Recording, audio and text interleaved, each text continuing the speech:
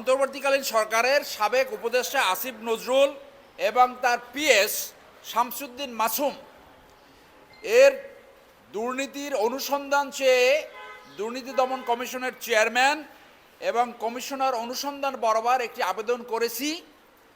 একটি পত্রিকায় প্রকাশিত হয়েছে অক্টোবর 2024 থেকে এপ্রিল 2025 পর্যন্ত 8 মাসে 282 জন সাব রেজিস্ট্রার নিয়ম বহির্ভূতভাবে বদলি করে শতাধিক কোটি টাকা ঘুষ বাণিজ্য করেছে এবং কখনো কখনো এমন হয়েছে 3 মাসের মাথায়, এমনকি 3 দিনের মাথায়ও এ গ্রেডেরটা সি গ্রেডে, বি গ্রেডের সি গ্রেড অথবা সি গ্রেডের যে সাব রেজিস্ট্রার তাদেরকে এ গ্রেডে, অর্থাৎ কোনো নিয়ম নীতির তোয়াক্কা করা হয়নি। এছাড়াও এই শামসুদ্দিন মাসুমের দুর্নীতি তত্ত্বাবধায়ক সরকারের সময় ছড়িয়ে পড়ছে, এটা ওপেন সিক্রেট, সবাই জানে যে কোথায় কোথায় সে দুর্নীতি করেছে। আমরা বিশ্বাস করতে চাই আসিফ নজরুল সাহেব এই দুর্নীতির সাথে যুক্ত নয়, কিন্তু যেহেতু পত্রিকায় লিড নিউজ হয়েছে, আমার এই আজকে আবেদনের ভিত্তি হলো এই পত্রিকার লিড নিউজ, আপনারা দেখতে পাচ্ছেন লিড নিউজ।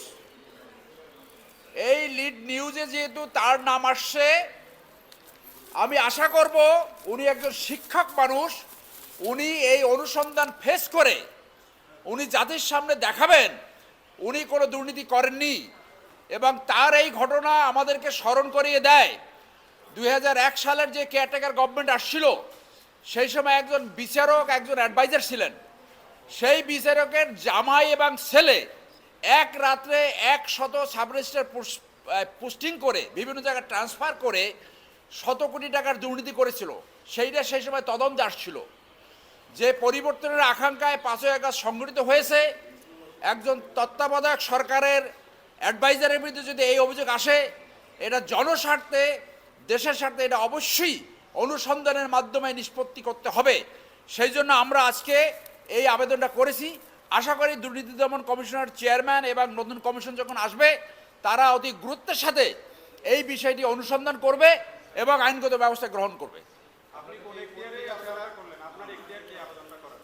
আমি বাংলাদেশে একজন নাগরিক হিসেবে আর্টিকেল 21 অফ দ্য কনস্টিটিউশন অনুযায়ী আমি আবেদন করছি। আপনারা জানেন এর আগে আমরা শতাধিক আবেদন করছি দুর্নীতি নিয়ে ব্যক্তিগতভাবে আমাদের চেম্বার থেকে, এবং আমি ব্যক্তিগতভাবে গত 15 বছর ধরে দুর্নীতির বিরুদ্ধে কাজ করছি। যেখানেই দুর্নীতি সেইখানেই আমরা ব্যবস্থা নেব। আমি নিজেও দুদকের লয়ার। ডেসপাইট অফ দ্যাট আমার যে নাগরিক দায়িত্ব আর্টিকেল 21 অনুযায়ী সেই দায়িত্বটা আমি পারফর্ম করছি। এবং আপনি জানেন যে দুর্নীতি দমন কমিশন 3 ভাবে যে কোনো দুর্নীতির ইস্যু অনুসন্ধান নিতে পারে। সেটা কি? 1 হলো তারা সুমোটো নিতে পারে, 2 হলো যে কোনো পত্রিকার মাধ্যমে যদি পায়, 3 তারা আবেদনের মাধ্যমে কোনো ব্যক্তিগত আবেদনের মাধ্যমে তারা এই অনুসন্ধান শুরু করতে পারে। 3টে এখতিয়ার রয়েছে এবং জনগণের একটা দায়িত্ব রয়েছে। তারা যদি দুর্নীতির কোনো খোঁজখবর জানে, তারা অবশ্যই দুর্নীতি দমনে সেইটা অনুসন্ধানের জন্য আবেদন করা উচিত। আদারওয়াইজ বাংলাদেশের দুর্নীতি আমরা নিবারণ করতে পারবো না। আমাদের এই দুর্নীতি বাংলাদেশের জিডিপির 2 অংশ খেয়ে ফেলছে। দুর্নীতি ক্যান্সারের মতো ছড়িয়ে পড়ছে। দুর্নীতি প্রতিরোধ করার দায়িত্ব প্রত্যেকটা নাগরিকের। এই নাগরিকের অংশ হিসেবে আমি সেই দায়িত্ব পারফর্ম করছি। ধন্যবাদ। না, আর কোনো এভিডেন্স নাই। এই আবেদনের ভিত্তি হলো এই পত্রিকা রিপোর্ট। না, এটা তো অলরেডি পত্রিকা আসছে। এইটা পত্রিকায় অলরেডি যেহেতু হেডলাইন নিউজ হয়েছে পত্রিকায়, এবং দুর্নীতি দমনই হইল আমাদের বিধিবদ্ধ সংস্থা এটাকে অনুসন্ধান করা। অনুসন্ধান ব্যতীত ওনার এই ক্লেম তো প্রতিষ্ঠিত হবে না।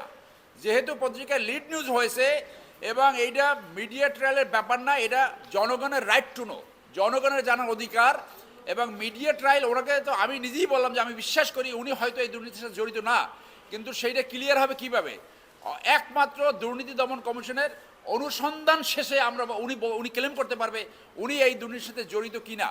ওনার স্টাফ যদি উনি নিয়ন্ত্রণ না করতে পারে, এমনকি এই তথ্য আমাদের কাছে আসছে সেটা আমরা বলি না যে ওনার লাইব্রেরিয়ান পর্যন্ত এই পোস্টিং বাণিজ্য, অনুরোধ বাণিজ্য, নির্দেশ বাণিজ্য, এই অনুরোধ বাণিজ্য কি আপনি এই কাজটা করে দেন, এমন তথ্য আমাদের কাছে আসছে।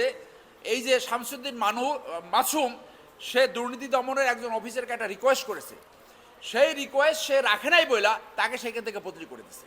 তার ভয়াবহ, তার মাত্রা এমন ছিল, তার ক্ষমতার দাপট এবং ক্ষমতার অপব্যবহার এই পর্যায়ে ছিল, একজন অফিসারকে কি রিকোয়েস্ট করছে, আপনি অমুকের মামলাটা আপিল করবেন না। আপিল করার না করা তার এখতিয়ার না, আপিল করা একটা আইনি প্রক্রিয়া। সেই অনুরোধ রাখেনি বলে তাকে সেইখান থেকে বদলি করে দেয়। এই পর্যায়ে এই শামসুদ্দিন এই মাসুমের কার্যক্রম চলছিল।